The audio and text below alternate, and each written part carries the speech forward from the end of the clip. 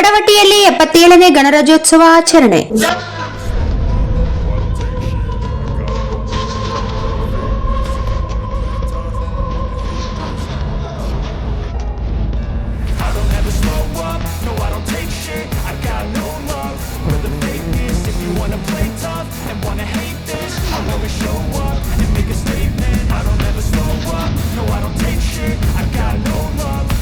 ಎಪ್ಪತ್ತೇಳನೇ ಗಣರಾಜ್ಯೋತ್ಸವದ ಅಂಗವಾಗಿ ಸಿರವಾರ ತಾಲೂಕಿನ ವಡವಟ್ಟಿ ಗ್ರಾಮದಲ್ಲಿ ಧ್ವಜಾರೋಹಣ ನಡೆಸಿದರು. ಎಸ್ಡಿಎಂಸಿ ಅಧ್ಯಕ್ಷರು ಧ್ವಜಾರೋಹಣ ಮಾಡಿದರು. ಈ ಸಂದರ್ಭದಲ್ಲಿ ವೆಂಕಟೇಶ್ ಸಾಗರ್ ಅವರು ಮಾತನಾಡಿ, ಸತ್ಯ ಮತ್ತು ಅಹಿಂಸೆಯಿಂದ ಪಡೆದ ಸ್ವಾತಂತ್ರ್ಯವು ವಿಶ್ವಕ್ಕೆ ಮಾದರಿಯಾಗಿದೆ. ಸರ್ವರಿಗೂ ಸಮಾನತೆ ದೊರಕಬೇಕು ಎಂಬುದೇ ಸ್ವಾತಂತ್ರ್ಯ ಹೋರಾಟಗಾರರ ಮುಖ್ಯ ಗುರಿಯಾಗಿತ್ತು.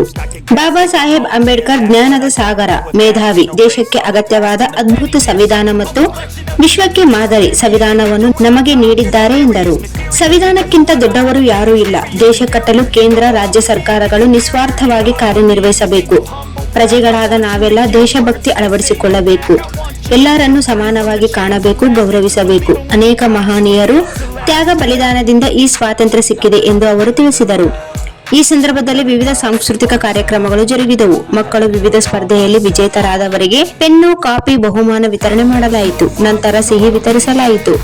ರಂಗಮ್ಮ, ಕುಸುಮರಾಣಿ, ಲಿಂಗಪ್ಪ ಹುಂಚೇಡಿ, ವೆಂಕೋಬ ಶಿಕ್ಷಕರು ಹಾಗೂ ಸಿಬ್ಬಂದಿ ವರ್ಗದವರು ಇದ್ದರು.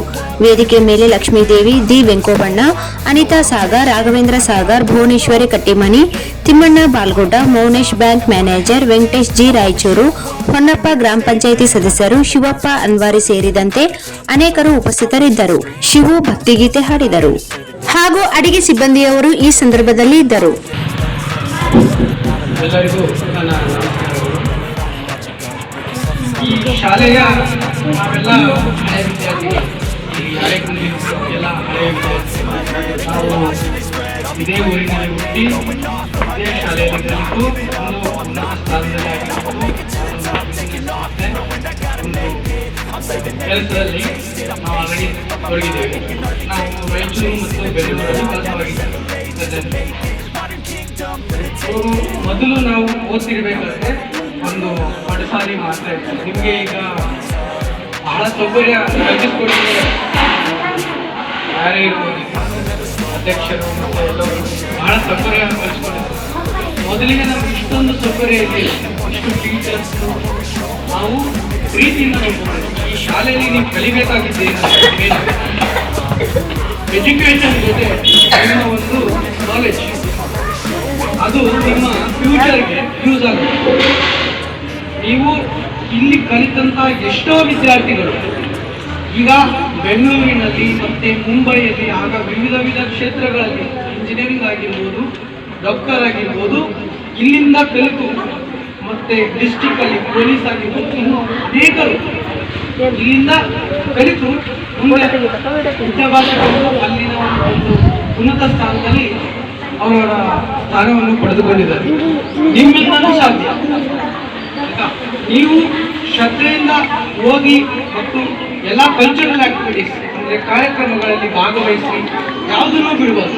ನಿಮಗೆ ಒಂದು ಕ್ರಿಕೆಟ್ ಇಂಟ್ರೆಸ್ಟ್ ಇರ್ಬೋದು, ಅಥವಾ ಒಂದು ಖೋಖೋ ಇಂಟ್ರೆಸ್ಟ್ ಇರ್ಬೋದು, ಕಬಡ್ಡಿ ಇಂಟ್ರೆಸ್ಟ್ ಇರ್ಬೋದು, ಅಥವಾ ಓದೋದ್ರಲ್ಲಾಗಿರ್ಬೋದು, ಯಾವುದ್ರಲ್ಲೇನೂ ಆಗಿರ್ಬೋದು, ಶ್ರದ್ಧೆಯಿಂದ ಮಾಡಿ.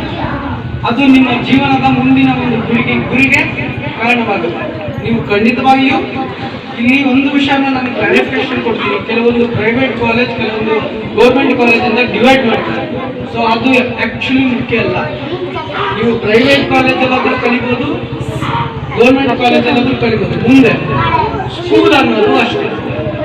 ಗೌರ್ಮೆಂಟ್ ಶಾಲೆ ಆಗಿರ್ಬೋದು, ಇನ್ನೊಂದು ಪ್ರೈವೇಟ್ ಸ್ಕೂಲ್ ಆಗಿರ್ಬೋದು.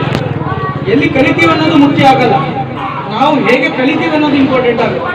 ಸೊ ನಿಮ್ಮ ಹತ್ರ ಶ್ರದ್ಧೆ ಇದ್ದು ಕಲಿತ್ರೆ ಖಂಡಿತವಾಗ್ಲೂ ನೀವು ಜೀವನದಲ್ಲಿ ಏನು ಅಂದ್ಕೊಂಡಿದ್ದೀರಾ ಅದನ್ನು ಖಂಡಿತವಾಗ್ಲೂ ನೀವು ಸಕ್ಸಸ್ ಆಗೋದಕ್ಕೆ ಕಾರಣ.